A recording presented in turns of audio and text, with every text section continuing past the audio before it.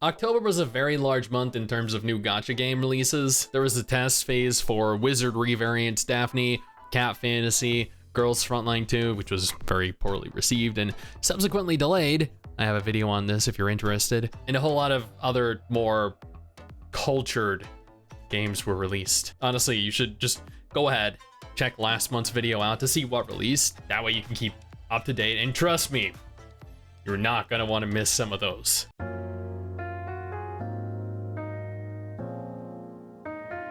Unfortunately, November doesn't look nearly as good as October, with less gacha games launching and much worse quality gacha games launching. These are all games that I do cover on this channel, typically as part of my Player Pass series that you should definitely check out, others as announcements.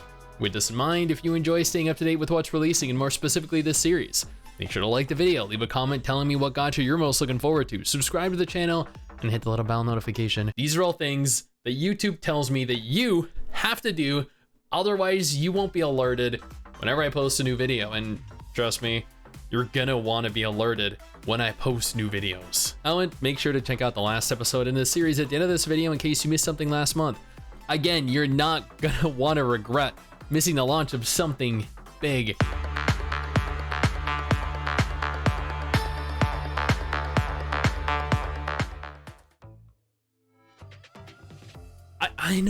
I know, but Stix Reverse 1999 released on October 26th, not in November.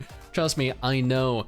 This is one of my most anticipated gacha games of the last several months, but at the same time, I feel the need to bring this to the attention of as many as you. I'm sorry, it's 2 a.m. in the morning right now when I'm recording this. This video is going live immediately upon waking up, so my English is difficult at 2 a.m. in the morning when you're supposed to be asleep. Now, again, I feel the need to bring this to the attention of as many of you as I possibly can, because this game looks unfathomably incredible. The game takes place throughout time, slowly moving you back further and further through history as the world slowly implodes onto itself, erasing events year by year. It features turn-based combat, which I know is not for everyone. The character diversity is astounding. You'll need to experience this firsthand to really understand what I mean. The soundtrack is beautiful and the voice acting is superb. Again, this game released on October 26th. I'll be streaming this for a while over on Twitch as well, if you're interested in trying this out. Sky Fortress Odyssey is a steampunk fantasy RPG set in a world with a unique blend of technological wonders and mythical elements. It features a very extensive narrative, some great quality character models, at least in terms of portraits. There are dozens of different characters to recruit, exclusive weapons according to the devs. There's also a multi-dimensional character growth that is directly affected by unique weapons and hidden talents. I don't really know what that means in terms of gameplay though. It features bullet hell modes, parkour, multiplayer modes for cooperative play. You get to manage your own base, your ship specifically. Pre-registration is currently open and available for interested players. It also apparently gets you up to 100 free pulls as well, which is always good. This game is releasing officially on November 16th, according to the app stores. Before we go any further into the remainder of what we have to look forward to though, let me take a moment here to thank my incredible patrons over on Patreon. You guys allow for me to continue to do regular videos like this every single day. I actually covered this in October, but apparently the release date got pushed back a little bit into November. Nevertheless, Tokyo Ghoul Break the Chains is a strategy card game with RPG elements that is, and I know this is going to be a shocking revelation to a lot of you, but based on the anime and the manga of the very same name, featuring Chronicle and the cast of characters looking exactly as they did in the anime.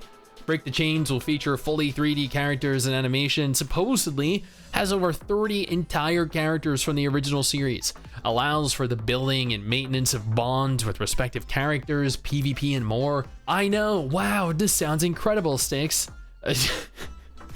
Pre-registration is currently open for the title with a release date confirmed for November 9th. And much like the ghouls in Tokyo Ghoul that can smell their prey from a mile away, you can smell the stench of a cash grab from the same distance.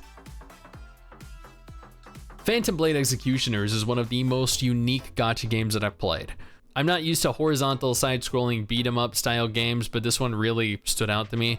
Maybe partly because the combat was so fluid, maybe partly because I just hadn't really played any games like it. I don't know.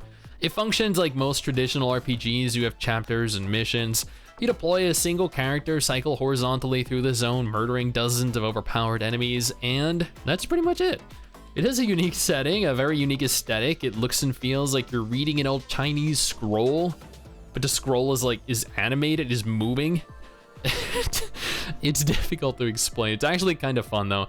Not the best game I've ever played, but definitely one that I'd spend a few hours in per week just to see what happens. Although admittedly, shameless plug here, I did do a dedicated video on this in my Player Pass series if you're interested in seeing what it's like before it becomes available.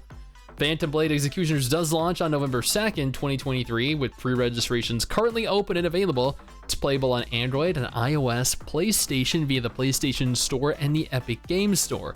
I know, holy crap, that's a lot of platforms. Honestly, I know absolutely nothing about this game. I wasn't even aware this game was releasing until I found it about 10 minutes ago. From what is listed on the Google Play Store, S-Class Heroine is an autoplay, an idle RPG where you travel throughout various different timelines, meeting different versions of yourself. I know it's a very weird concept, but you know what, I'm going with it. You recruit a ton of waifus. It literally states there are special features for raising an S-Class female character. Yeah, I don't really fully understand what that means, but hey, it functions just like every other idle RPG from what I can read in the description area on the Play Stores. It has some alright looking graphics, some decent character models. I wouldn't anticipate this game really doing very well, as it doesn't seem remotely close to the quality of any other gacha in this list. Pre-registration is currently open with a launch speculated for November. And finally, Dark Clan Squad. Yes, incredibly creative name on this one. And yet another idle RPG as well, where you collect over 60 entire heroes. You craft an unbeatable team. And yeah, as you can probably tell, I'm reading some of these from the Google Play Store pages, because outside of the Google Play Store, I literally can't find any mention of them anywhere. Now, they have over 60 unique heroes. You can craft an unbeatable team as long as you have deep wallets, and let the game play for the keyboard. And let the gameplay for you while you play other more interesting gacha games like Reverse 1999 or Phantom Blade Executioners. Like S-Class Heroine, pre-registration is currently open and available with an expected release date in November. Although I wouldn't anticipate either game doing good at all. And that is everything. All of the gacha games slated to release either fully or in some form of test phase this month, at least that I'm aware of. I probably missed one or two. It's bound to happen with more obscure titles. And with the rate that new gacha games are announced and released, it's all but guaranteed. Nevertheless, these are the main games I've been following. I cannot wait to fully invest time into Reverse 1999. I think Phantom Blade Executioners will have a niche audience, but likely won't do very well.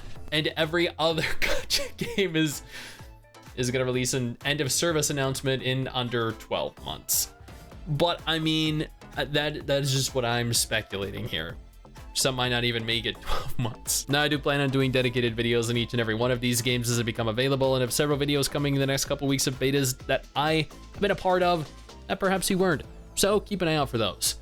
Otherwise, none of these games look like games you'd be interested in. I urge you to check out one of the two videos on screen right now. I'm sure you'll find something that you'll enjoy. Trust me, we still have a promising remainder of the year well, I'd like to say that, but I mean, I hope we do.